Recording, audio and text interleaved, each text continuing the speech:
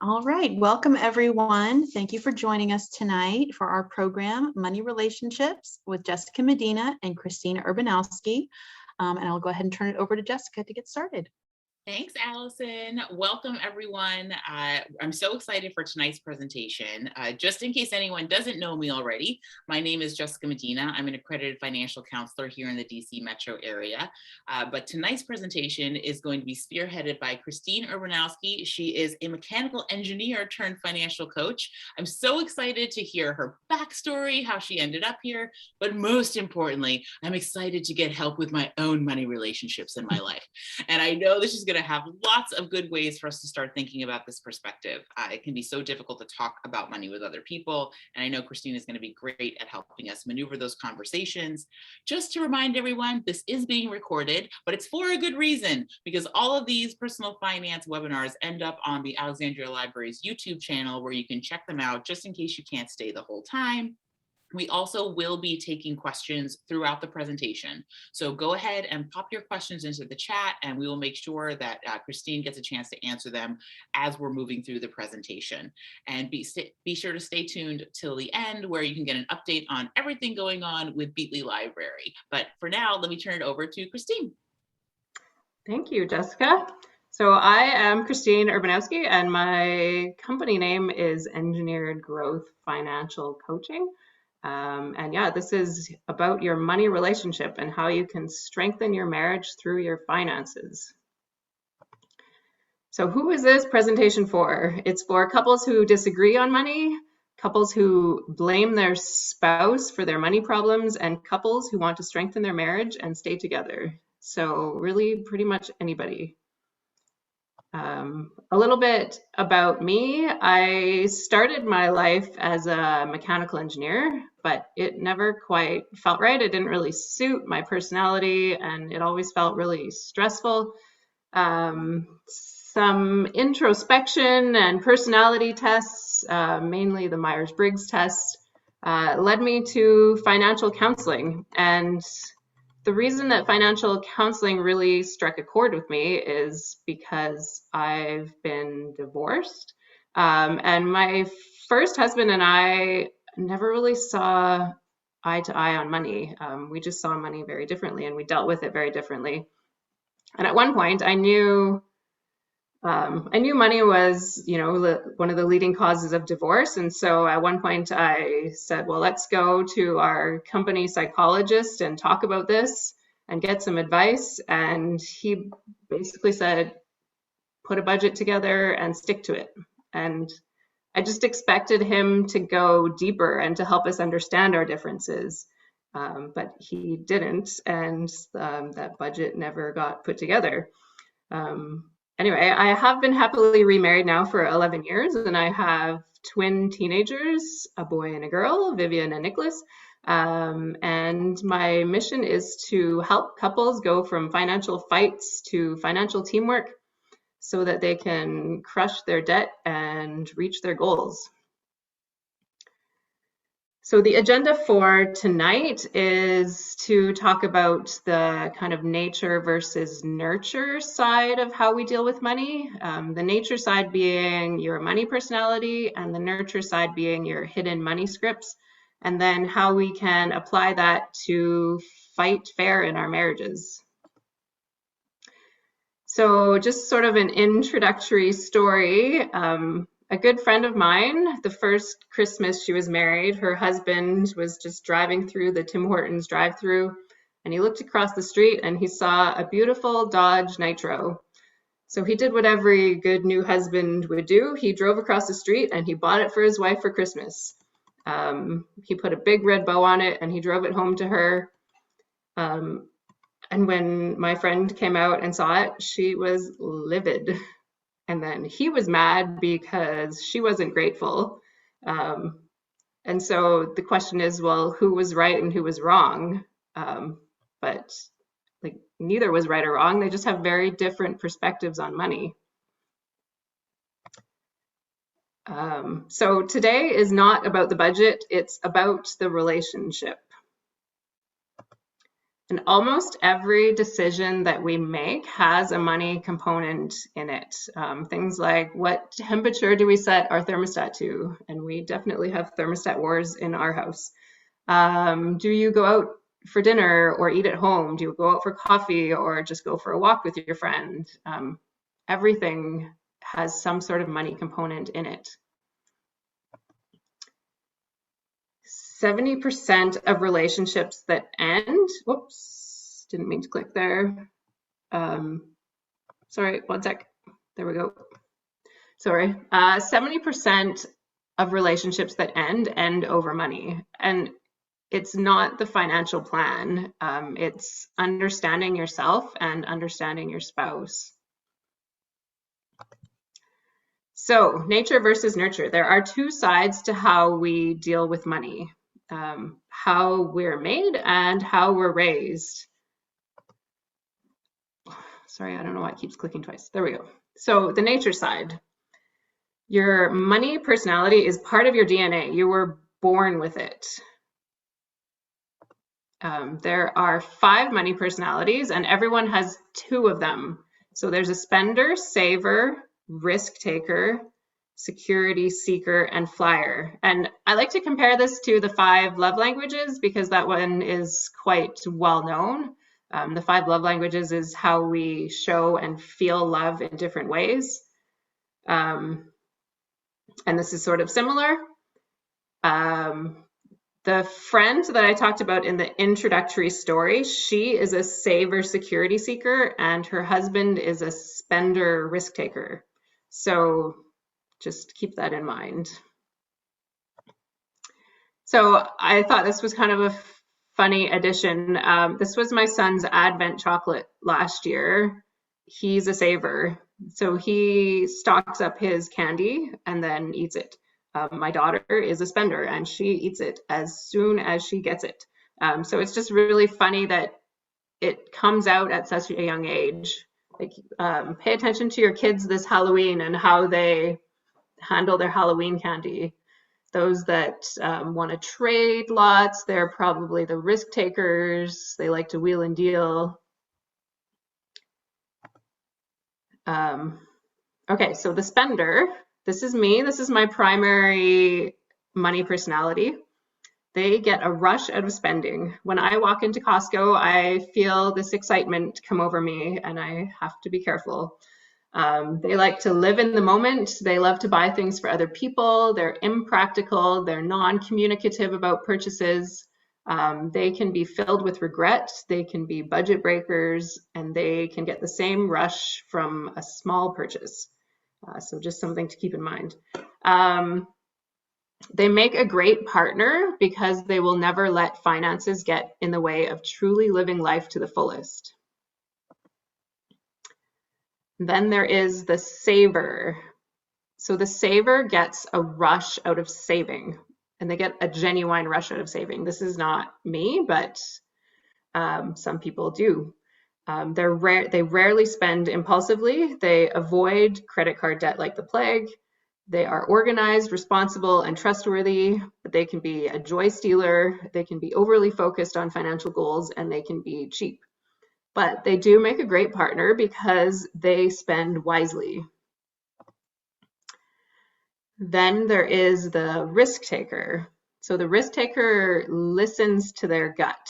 They are a big picture person. They're always looking for the next adventure. They get excited about possibility and they aren't afraid to make decisions. But they can also be blinded by possibility, easily resented, impatient, and insensitive. And they can make a great spouse because they are always thinking about the future. Then the security seeker. So this is my secondary money personality. I'm a spender security seeker. The security seeker is willing to sacrifice today for tomorrow. They do their research. They are trustworthy. They're prepared with a plan. They can be overly negative to new ideas. They get stuck in a research rut.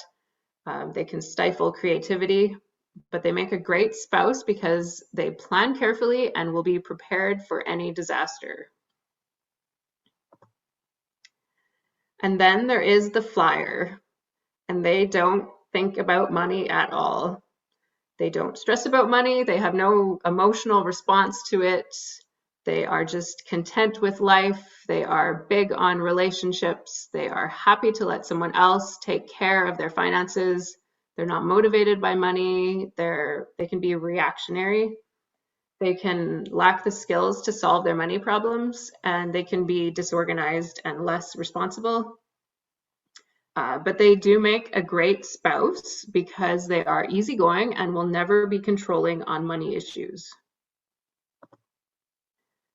So because everybody has two money personalities, a lot of people, most people, have what is called the opposite dynamic. And it means they have like one money personality from the sort of spender category and one money personality from the saver category. And this can cause internal conflict. If you've ever had that buyer's remorse, that can be maybe the spender in you came out and you bought something impulsively, and then the saver in you regrets it. So it's just important to realize that sometimes we blame our spouse for our financial stress when it's actually an internal conflict between our two money personalities. So that is the end of the section on money personalities. I don't know if there was any questions at that point. No, you can keep going for now. Okay. Any come in. Okay, sounds good. Okay, so the next section is the nurture side. So this is how we were raised. How we were raised creates our unconscious thoughts. Now, I love this quote by Brooke Castillo. She is a life coach. It says, our circumstances can trigger our thoughts, which produce our feelings, which drive our actions, which create our results. I'll just read that again. Our circumstances can trigger our thoughts, which produce our feelings, which drive our actions, which create our results. So a circumstance is just what it is. It's a neutral, unemotional fact, but we create thoughts around our circumstance that make us feel feelings that drive our actions. The problem is that we try to change our actions without changing our thoughts. And if we want to change our actions, we have to know what thoughts are driving our actions. Being aware of your thoughts about money can allow you to choose how to behave after careful consideration instead of reacting unconsciously and automatically. Let me give you an example. So a circumstance, you have $30,000 in debt and no plan to pay it off. Your thought can be, I always overspend and I'm never going to get rid of my debt. And that thought is probably going to create feelings of anxiety, stress, overwhelm, and which will create actions of procrastination. Maybe you'll even go stress shopping. But if you can reframe that thought, I have $30K in debt, but I will look at my income and expenses and make a plan to get rid of it. Can give you feelings of motivation and action of making a plan. The point here is that we need to control our thoughts. The problem is that we often are not aware of what subconscious thoughts are driving our actions. So it's coined our money scripts, and that is a term used by psychologist Brad Klontz. We have subconscious thoughts that formed in our childhood that dictate how we handle money.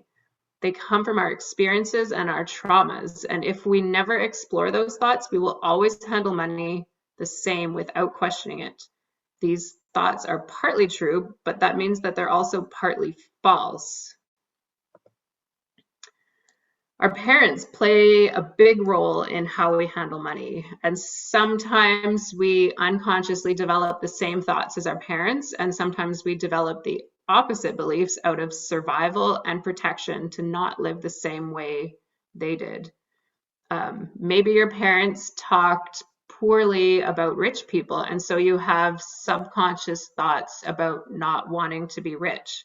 And that can actually lead to overspending and overgiving because subconsciously you never want to be rich. Oh, sorry, I did it again. Or maybe because your parents talked negatively about rich people, you're going to set out to prove them wrong and become rich. So we need to know what our subconscious thoughts are, explore them, and change them where necessary. You need to make your thoughts known so that when necessary, you can change them so they stop sabotaging your finances. But this takes time. So here are some top money scripts that can be destructive. More money will make things better. This can lead to someone becoming a workaholic. Something like money is bad. You may not want to have money, and you may work hard at giving it all away or spending it all. I don't deserve money. If you believe that you don't deserve money, you're never going to strive for a high-paying job. You may be more generous than your budget can allow. There will never be enough money can lead to hoarding money and underspending and not enjoying life. I deserve to spend money.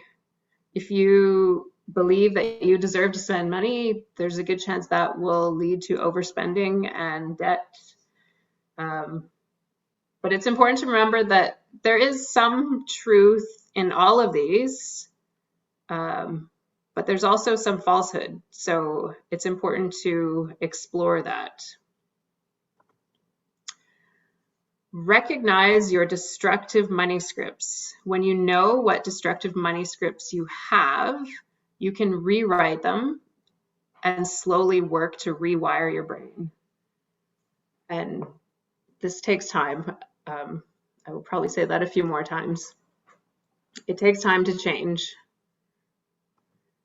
So one way to uncover your scripts is through journaling. And just when you have an experience, I don't know, you buy something impulsively or you're giving money away, just try and be aware of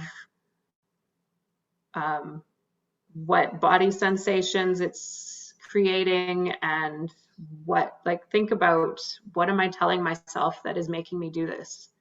So record your behavior or situation, record the physical sensation or feeling, and then try and think about what script is present there. And then rewrite the script and share them with your spouse. And I'll give you a couple examples here. So behavior, I spent $500 on business clothes. Physical sensation, I felt sick to my stomach and guilty. Script here might be, I don't deserve nice things. It is wrong to spend money on clothes. And so then we'll rewrite that script that if it fits in my overall budget, I deserve to spend money on self-care. In my business, how one presents oneself is important. Example number 2, behavior. I know I am spending too much, but I avoid setting up a spending plan. Physical sensation, muscle tension, fear, perhaps anger when the topic is brought up by my spouse. The script, I work hard, so I deserve to have what I want. If I have a budget, I will live in deprivation. So we can rewrite that script to be, if I follow a saving and spending plan, I can retire comfortably.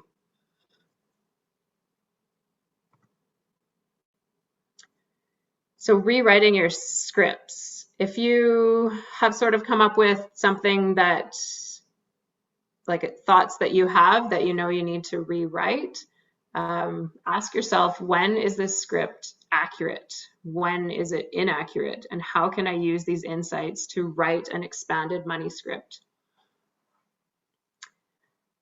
When you have a destructive money thought, you need to rewrite it and repeat the new constructive money script to yourself over and over.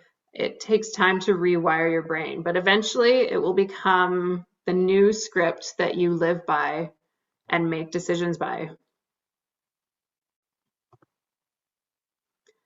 This was just sort of a little bit of a personal example. The area that I live in one of the older homes in the area, and I walk up to the top of the hill a lot where there's these huge, beautiful houses, and I always feel like, oh, I want one of those houses. But if I really think about it, what I'm telling myself is that I will be happier if I have a fancier house. And when is this true? Pretty much never. So I need to reframe my thoughts and tell myself a bigger house will not make me happier. I'm thankful I don't have a big mortgage and need to work full time. I'm thankful that my husband isn't stressed at his job and that he is present after work. So that is the end of the second section. I don't know if there's any questions at this point.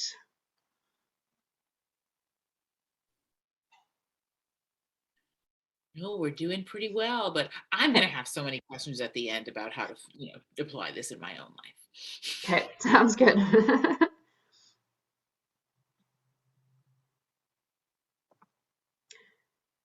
Okay, so now what? How do you fight fair?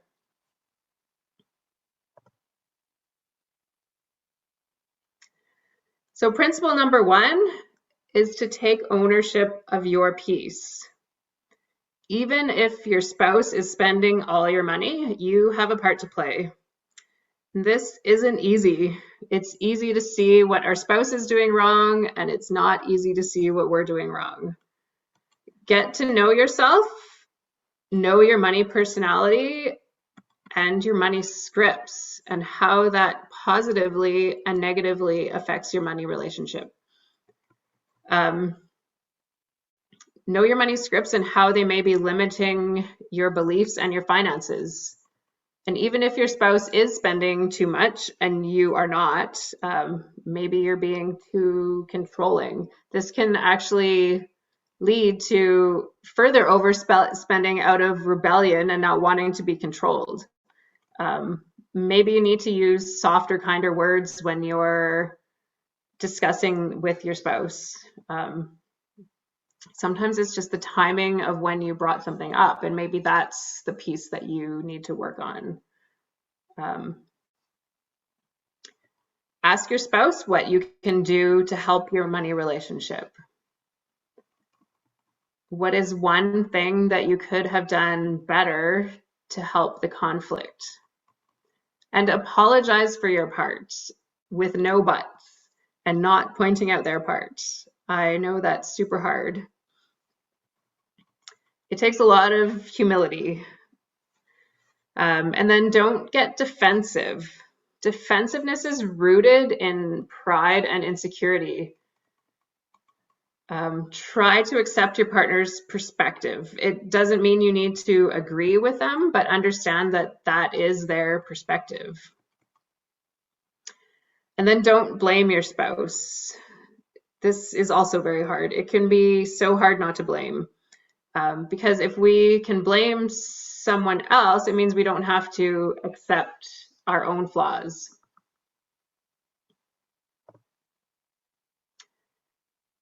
Principle number 2, show empathy and respect. So get to know your spouse and appreciate them. This is basically taking what we've learned about money personalities and money scripts and putting them into practice. Spend time thinking about your spouse's money personality and how it benefits you and your relationship. And tell them. Understand their money story. So they are not necessarily trying to act the way they act, but it may come from how they were raised. And it doesn't mean that it doesn't need to be changed, but just having that empathy for them can help bring you to the same team. And having more money personalities in your marriage will bring more balance, but it can also bring more tension. For example, if you're a spender and you're married to a saver, it can maybe be a bit, I don't know, annoying at times when he's mad at you for spending maybe, but know that what he's doing is keeping your finances more under control, which is an important piece of this too. And then the magic ratio of 5-to-1.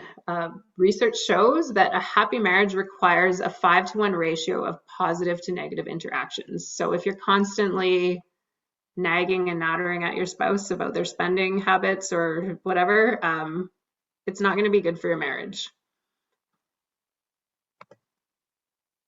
So tip, write down things that you appreciate about your spouse's money personality and tell them.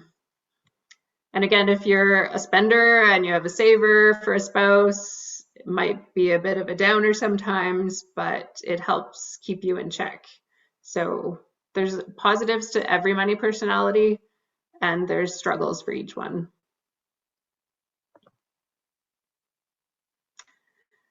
Don't criticize your spouse's money personality. So your money personality is part of who you are. So when you are criticized for how you spend, it can really hurt. It's not something that you have a ton of control over. That doesn't mean that as a spender you get to just buy whatever you want. We do have to work hard sometimes to work outside of our money personality, but just try not to criticize them for who they are. And use gentle startups. So it is important to explain your feelings and needs, but don't assassinate your spouse's character. Don't say things like, you're lazy, you're selfish. You can complain, but don't blame. If your conversation starts out gently and without criticism, there is no need to get defensive, and the conversation can continue more constructively. So you might want to say something like, hey, our mortgage payment is coming out tomorrow. We really couldn't afford the new purse that you bought yesterday. Could you please make sure we have money to cover upcoming payments before you buy something extra? So that's a soft startup or a gentle startup compared to something harsh like, could you for once stop buying things we can't afford? You're so irresponsible. Our mortgage payment is going to bounce now. There's a big difference, right? If they respond defensively, just tell them kindly that you are not trying to criticize them and you just want to work together as a team. So that's using I statements instead of you statements. So I feel this way instead of you are being whatever, something negative.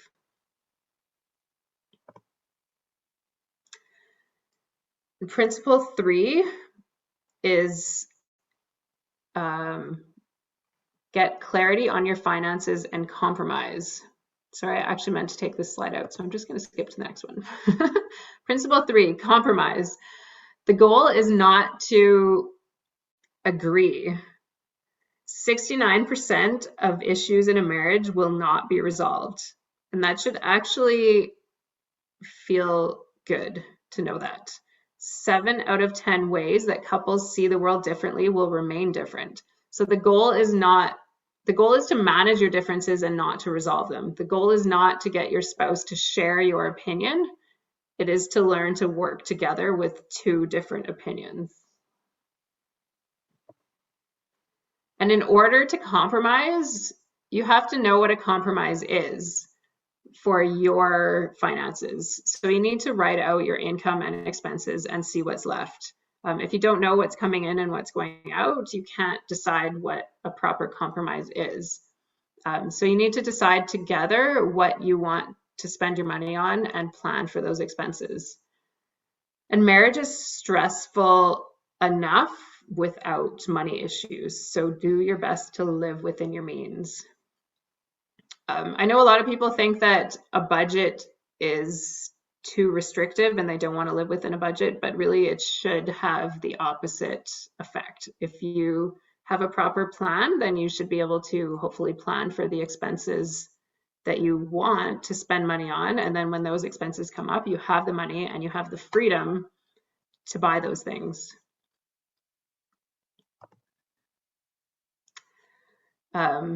And just a tip, be a team working against the problem.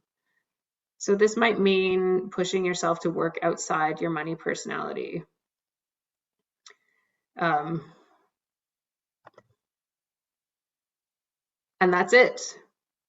A summary: know yourself, explore your money personality and your money scripts, appreciate your spouse, study your spouse and get to know their money personality and scripts, and then have a plan and compromise. Create a financial plan that takes into account who you are, who your spouse is, and both of your values and goals.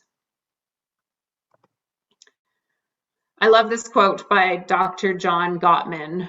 There are few gifts a couple can give each other greater than the joy that comes from feeling known and understood. And I think that's so true. We just want to feel like our spouse loves us for who we are, right? And then just some credits.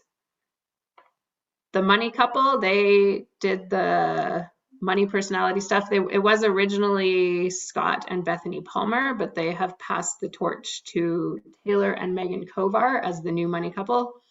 And then Brad Klontz and all of everyone he works with is who came up with the money scripts information. And then John Gottman, he's a marriage guru. And Les and Leslie Perrott are a husband and wife psychologist team, and they are great for marriage and relationships as well. So this is me, Christine Urbanowski.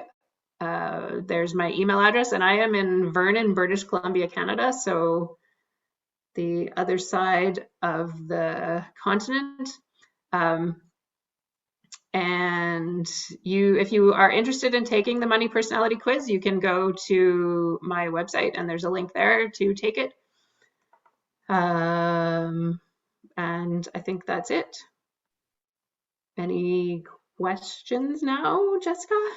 Oh, I haven't seen any questions come through, but if you guys have questions for Christine, please feel free to pop them into the chat now so we can make sure that we get to them.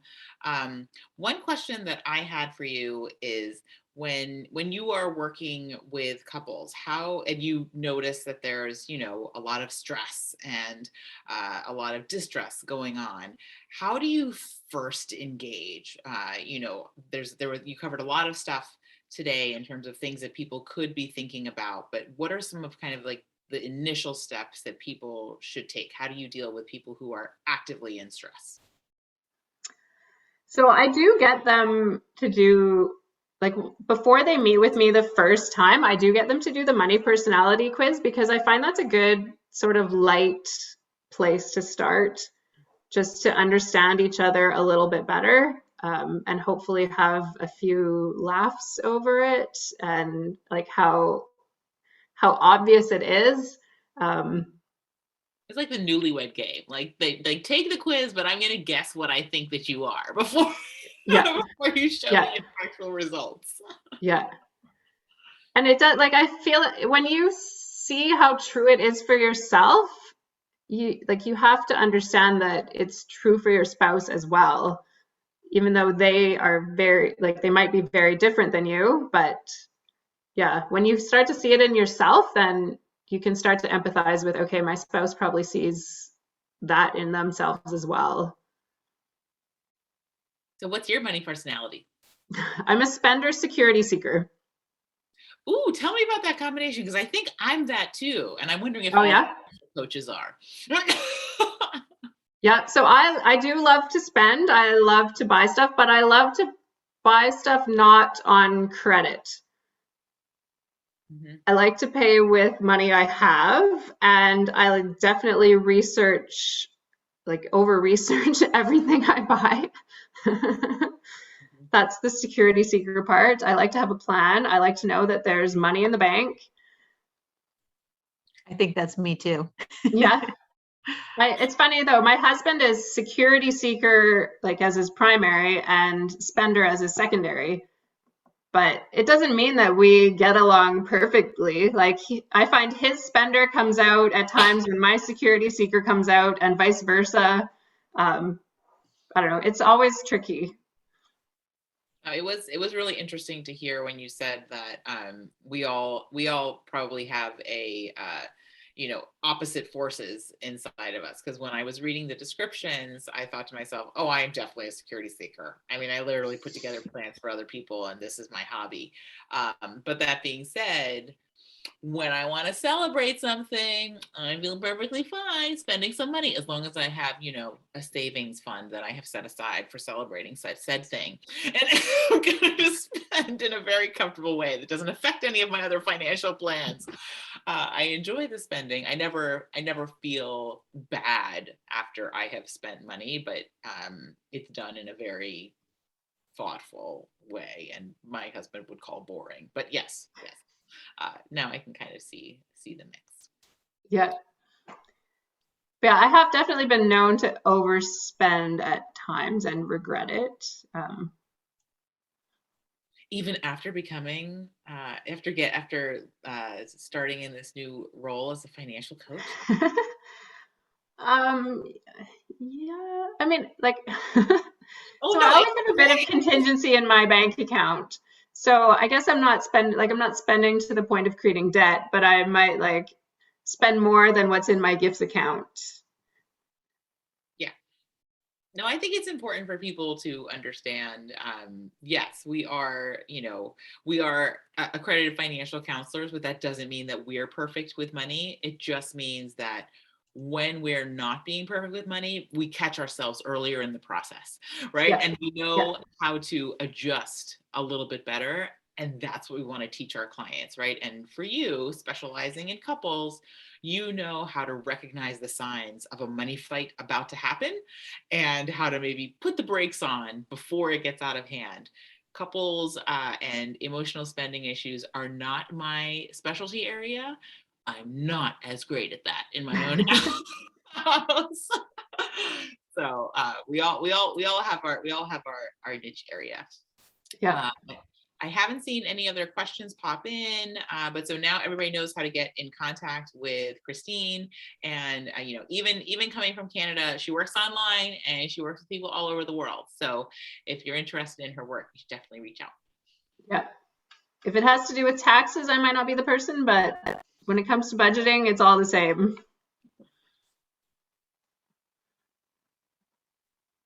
So I think we can get that update from Allison on what's going on with the library. There we go. So we don't really have too many changes this month for once. So the Central Library is open 7 days a week. The hours are not quite the same as they were pre-pandemic, but they're pretty close. And you can find those on our website, alexlibraryva.org. The branches are so all of them except for Barrett are currently open on Sundays. The other branches, they are closed 2 days a week, so either Tuesday, Thursday, or Monday, Wednesday, depending on the branch. And you can find those hours also on our website. If you are not comfortable coming into the library yet, we still do have lots of virtual programming, lots of digital resources, which you can access through our website. So basically, alexlibraryva.org/digital-collection or /virtual.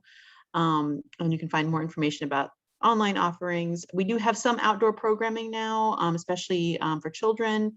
So if you are interested in coming back to story times or things like that, you can find that on our website as well. If you are interested in more financial literacy programs, you can join our mail list. You can email me at reflib@untitled alexlibraryva.org if you'd like to be added to that list. I just send an email at the beginning of the month that has all the financial literacy programs that are going on that month.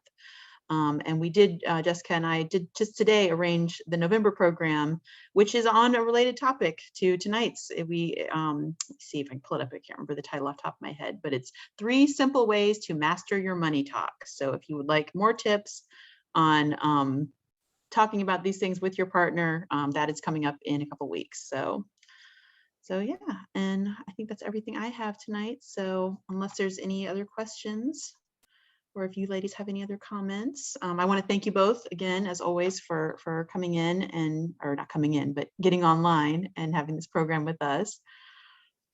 Yes, thank you, Christine, for coming by. It was, I learned so much, and I'm definitely going to go take the quiz to make sure that I am a security seeker and spender, as I believe in my core I am. But it will be interesting if risk taker comes out or something.